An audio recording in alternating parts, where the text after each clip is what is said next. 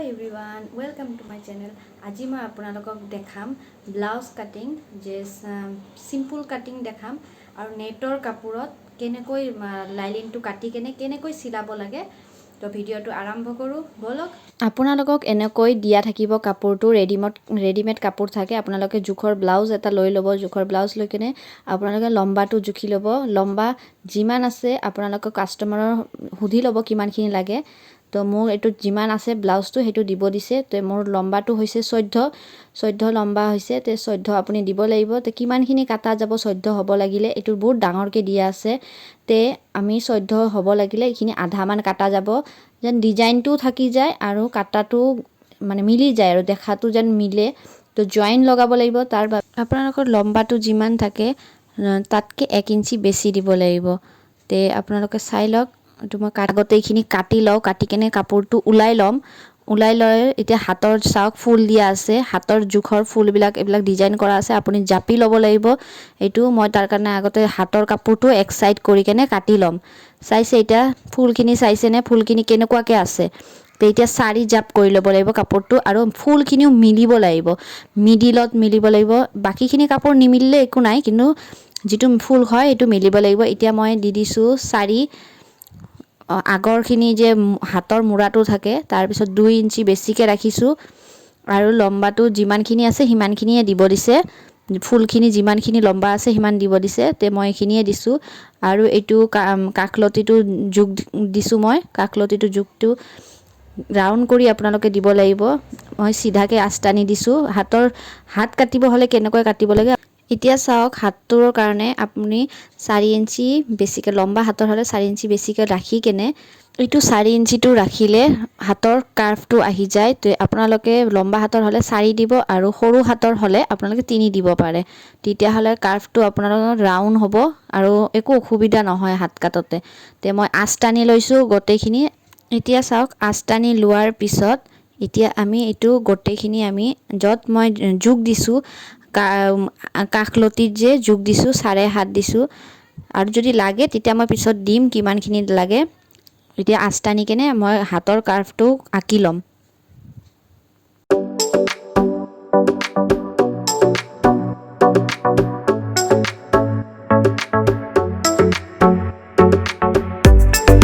আপোনালোকে এনেকে ৰাউন্ড কৰি ল'ব। চাওক এনেকে ৰাউন্ড কৰি ললেহে হাতখনৰ এতিয়া ধুনিয়া কাৰ্ভটো হ'ব। এতিয়া মই কাটিও লম। কাটি কেনে আপোনালোকক দেখাম কেনেকৈ এটো কাপোৰটো কেনেকৈ উলাইছে। নেট কাপোৰ কাৰণে একদম সিনটো ইমান ভালকে গম পোৱা নাই কিন্তু মই কাটি দেখাম। আপোনালোকে চাব কেনেকৈ কাটিছো আৰু কাৰ্ভটো কেনেকৈ উলাইছে এটো চাই ল'ব। আপোনালোকে আপোনালোকে এনেকে কাটিলে হাতখনৰ কেতিয়াও আপোনালোকৰ বেয়া কুচ হৈ নাথাকিব। যে সাইডত কুচ হৈ থাকে বা হাতখনৰ জোখটো ভাল নহয় যে হাতখন ফুলি থাকে হেনেকা কেতিয়াও নহব। তে আপোনালোকে এনেকে মোৰ দৰে কাটি ল'ব। দেখিছে এতিয়া 4 ভাঁজ কৰা আছিল। এতিয়া মই খুলি দিছো। চাই লওক খোলাৰ পিছত কেনেকুৱা কাৰ্ভ যেতে মই মাৰি লম এতে আৰু এইখিনি সাইডতো হাফ মাৰা যাব। তাৰ পিছত যিখিনি বাকি থাকে এইখিনি কাৰ্ভটো হ'ব। এতিয়া মই 4 ভাঁজ কৰি লম কাপোৰটো। মেইন কাপোৰটোত নেটটো যেটো বহাম এটো কাপোৰটো বহাই কেনে এতিয়া এটোও 2 ভাঁজ কৰি ল'ব লাগিব। ডিজাইনটো যে আছে এই ডিজাইনটো উল্টা সিধাটো চাই ল'ব। উল্টা সিধা চাই কেনে তাৰ পিছত আপোনালোকে 2 ভাঁজ কৰি কেনে কাপোৰটোৰ ওপৰত পাৰি দিব। কাপোৰটো উল্টা হ'ব লাগিব। উল্টাকে জাপিব লাগিব। তে মই উল্টাকে জাপি দিছো। চাওক এতিয়া ডিজাইনটো কাটি লম আগতে। কিমানখিনি কাটিলে হ'ব 14 ইঞ্চি এইখানে কাটি লৈছো মই। কাটি লোৱাৰ পিছত এতিয়া মই জুখি চাম। কান্ধৰ পৰা জুখি ল'ব আপুনি। তাতে হাফ এৰক ওপৰৰ ফালে হাফ এৰি কেনে 14 ইঞ্চি কট হৈছে দেখিছে। 14 ইঞ্চি যত হ'ব তাৰ আধাখিনি কাটা যাব। তে মই সিনটো দি লৈছো কিমানখিনি লাগিব মোক লম্বা। তে লম্বা যিমানখিনি লাগে কিমানখিনি কাটা যাব এটো মই দেখাই দিছো আপোনালোকে। দেখিছে কিমানখিনি কাটা যাব।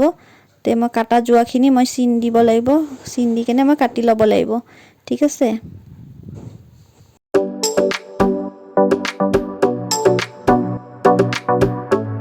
এটো চাওক মই কাটা হৈ গল।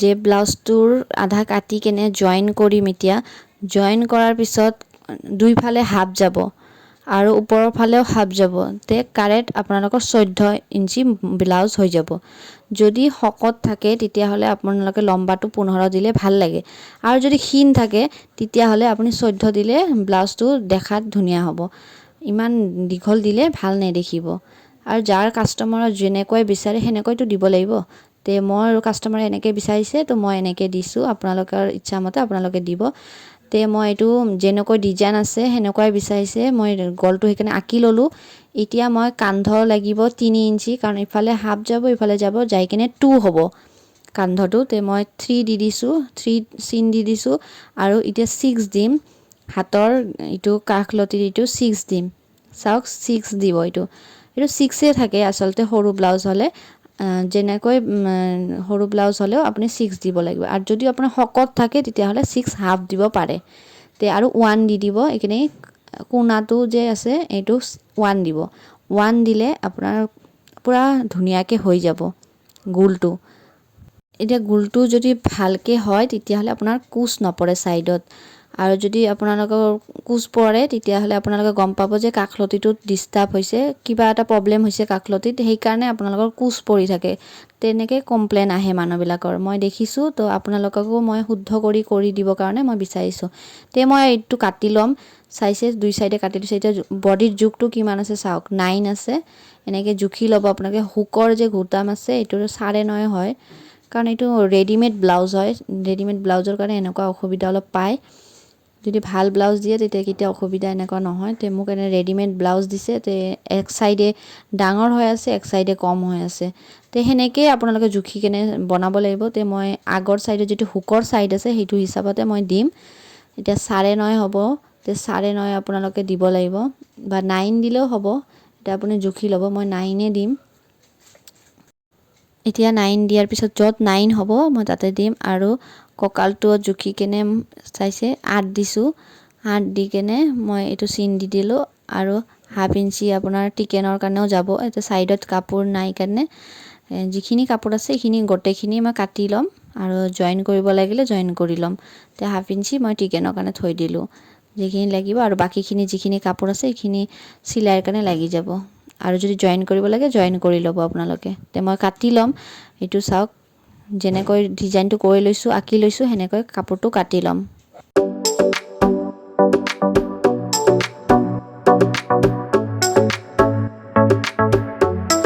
এইটো কাটা হৈ গ'ল মোৰ কাটা হোৱাৰ পিছত এনেদৰে ওলাই যাব আপোনালোকৰ কাপোৰটো এনেকৈ ওলোৱাৰ পিছত আপোনালোকে এনেকৈ পাতি ল'ব আৰু কাপোৰটো উল্টাকে ল'ব উল্টাকে লৈ কিনে আপোনাৰ গলটো চিলাব লাগিব আগতে গলটো চিলাৰ পিছত উল্টাই দিলেহে আপোনাৰ গলটো সিধা হৈ যাব এইটো জোকটো হয় 4টা জোক আছে এইটো মিডিল হয় মিডিলটো কৰি ল'ব লাগিব আগতে তেতিয়াহে ৰাউন্ড হ'ব পইণ্ট গিটা বহিব ধুনীয়াকৈ তে এতিয়া চাওক মই মিডিলত চিনটো দিলোঁ মিডিলটো কেনেকৈ ল'ব লাগে কান্ধৰ পৰা মিডিল কৰি ল'ব লৈ কিনে এতিয়া মই 4 দিছোঁ এটা 4 দি কেনে মই কঁকালৰ জাপ 8 আছিল 8ৰ পৰা আধা কৰিছোঁ দি কেনে এটা 4 দিলোঁ এতে 4.5 দিম